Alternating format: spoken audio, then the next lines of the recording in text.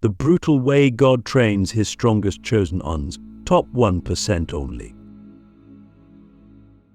There's a reason why some of us feel like we've been dragged through the fire again and again, while others seem to glide through life untouched. A reason why your path has felt heavier, more chaotic, more intense, more lonely. It's because you're not here to live a normal life. You were never meant to fit neatly into the world. You are one of the top 1%, God's strongest chosen ones. And with that title comes a curriculum that no one else can see, understand, or endure. Because the way God trains his strongest isn't soft. It's not comfortable. It's brutal, deliberate, sacred. And it doesn't come with explanations. It comes with silence. We don't get normal lives. We don't get shortcuts.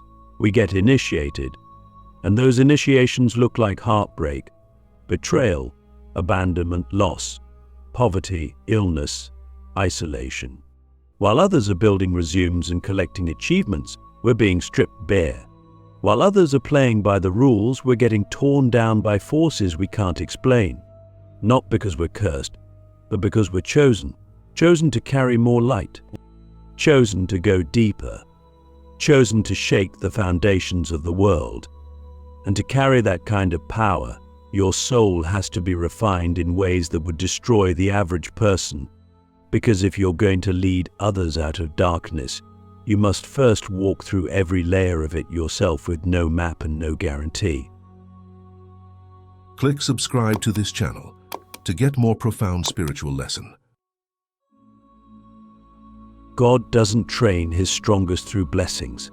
He trains them through breaks, through silence, through rejection, through wilderness. Because true strength isn't built through applause, it's forged in the absence of it. When no one is watching, when no one is affirming you, when you're screaming at the sky and all you get back is stillness. That's where leaders are born. That's where warriors are shaped.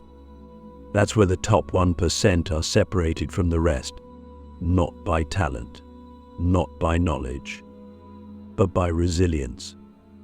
By how long you can hold your vision when everything around you contradicts it. And here's the part that breaks most people: God will hide you.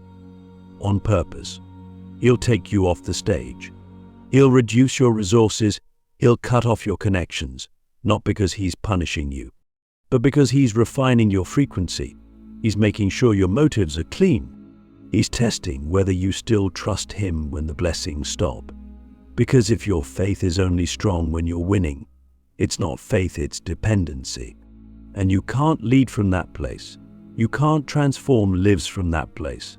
So he strips it all down, until the only thing you have left is him and yourself. You'll be misunderstood, ridiculed, judged, not because you're wrong, but because you're ahead. Your soul is carrying codes the world hasn't caught up to yet. And so people will project onto you. They'll try to box you in. They'll say you've changed, that you're too intense, that you're too different, and you'll want to shrink. You'll want to explain, but you can't. Because the deeper your calling, the less explaining you can do.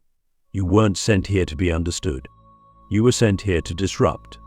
And disruption never gets applause at first. You'll be tested through time. God will delay what you thought should have arrived years ago. He'll stretch you. He'll make you wait, and wait, and wait. Not because he forgot, but because he's watching who you become in the waiting. Because the version of you that prayed for the breakthrough wasn't yet ready to carry it. So he builds you in the waiting. He matures you in the silence. He strengthens your discernment in the delay. And when it finally comes, it won't feel like a prize, it'll feel like a match. Because by then you'll be the version of you who can carry it without losing yourself. This is not a path for everyone. This is not for the faint of heart. This is not for those seeking comfort or validation. This is for the ones whose very soul signed a contract before birth to serve at the highest level, to carry divine intelligence in human form, to awaken others just by existing. And to do that, You must be emptied of everything you were taught to be. You must be broken open. You must be rebuilt from the inside out. And that process? It's not pretty. It's not Instagrammable. It's quiet. It's lonely. It's painful beyond measure. But it is holy. And it is holy. Because every tear you cried in secret was sacred. Every time you kept walking when your legs were shaking was noted. Every time you chose integrity over popularity, solitude over conformity, essence over image, you were being forged, not punished, prepared. For something so massive, so untouchable, so supernatural, that it couldn't be built on shallow foundations. You are not behind. You're being calibrated. You are not forgotten. You're being anointed.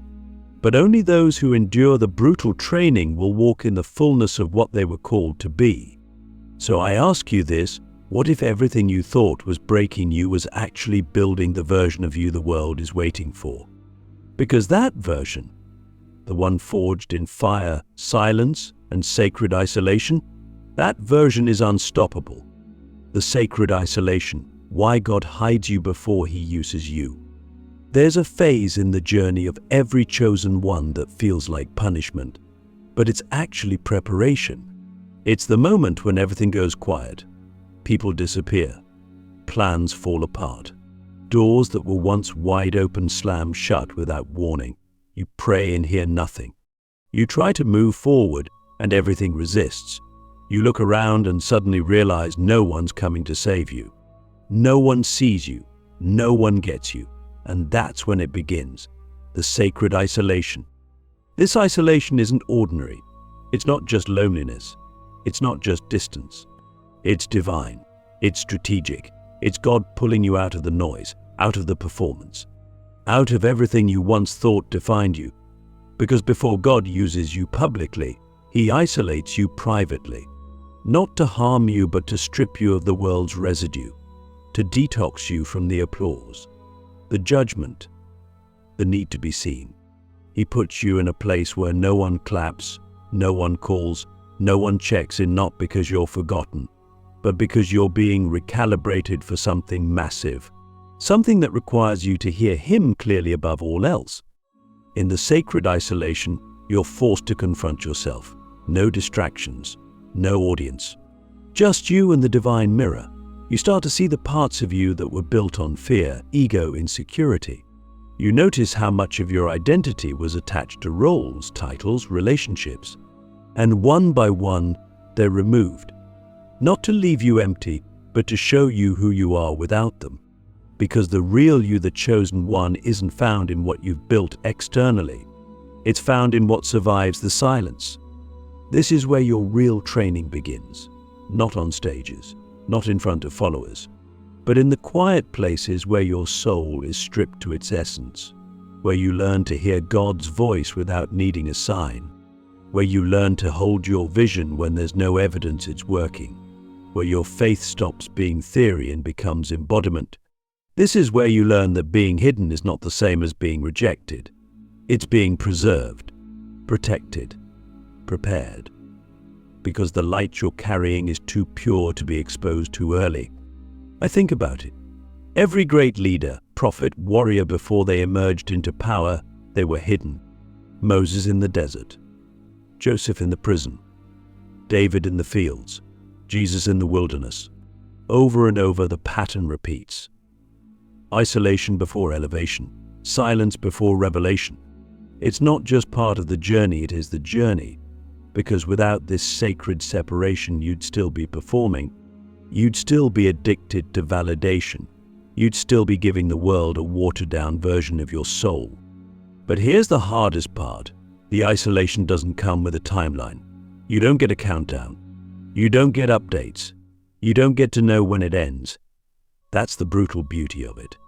You have to stay faithful without feedback. You have to keep showing up without applause. You have to keep building in the dark, trusting that what you're creating will matter, even if no one sees it yet.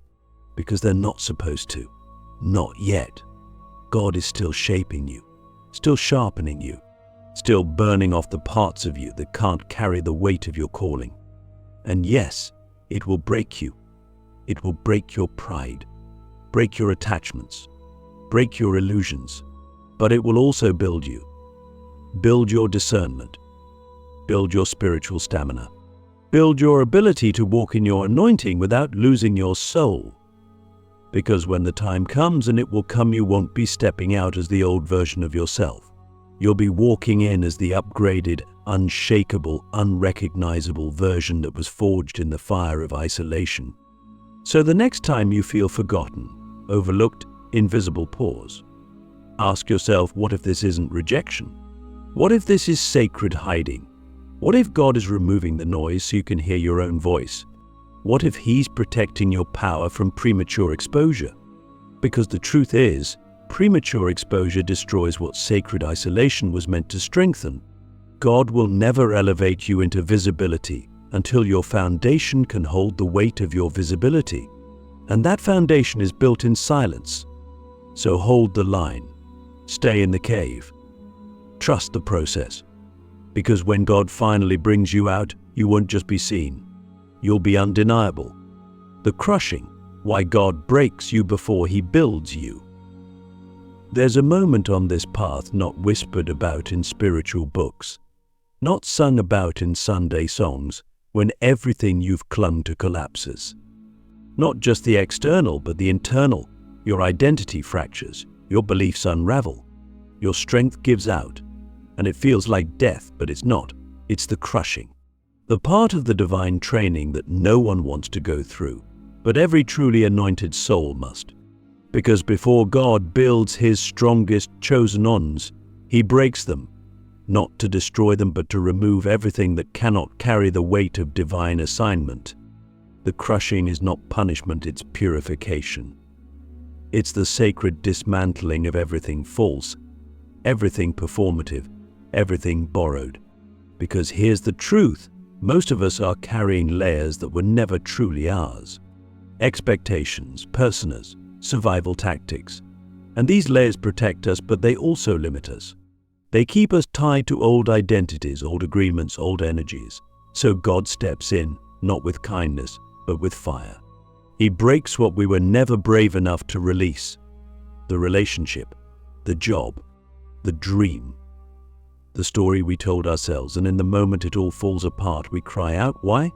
But deep down, some part of us knows this is the answer to a prayer we forgot we prayed. You see, we pray for purpose, for power, for clarity. And we think those things come as blessings wrapped in ease. But to be entrusted with divine power, you must first be emptied of everything fragile. Because power without breaking breeds ego. And ego cannot hold anointing, so God crushes you. Slowly, strategically, He exposes your fears. He triggers your traumas. He allows loss, betrayal, abandonment. Not to hurt you, but to see what breaks and what remains, what cracks open and what holds steady. Because only what survives the crushing is worthy of the calling. In the crushing, you will feel abandoned. You'll say, God, where are you? And the silence will be deafening. But the silence is the answer. It's the space where your dependency dies, where your need for external certainty shatters, where you learn to walk by faith, not by sight. Because anyone can believe when life makes sense, but can you believe when everything is chaos? Can you trust when there's no evidence, no promise, no sign? That's what the crushing teaches. It breaks your dependency on predictability. It destroys your addiction to outcomes. And it births something rare, unshakable faith. And here's what's wild: after the crushing, you don't come out weaker. You come out clearer, lighter, sharper. You speak differently. You move differently. You stop asking for permission. You stop negotiating your worth. Because through the breaking, you touch something eternal. Something no circumstance can take from you. Your essence, your calling, your truth. And once you've found that, you no longer need validation. You no longer fear loss.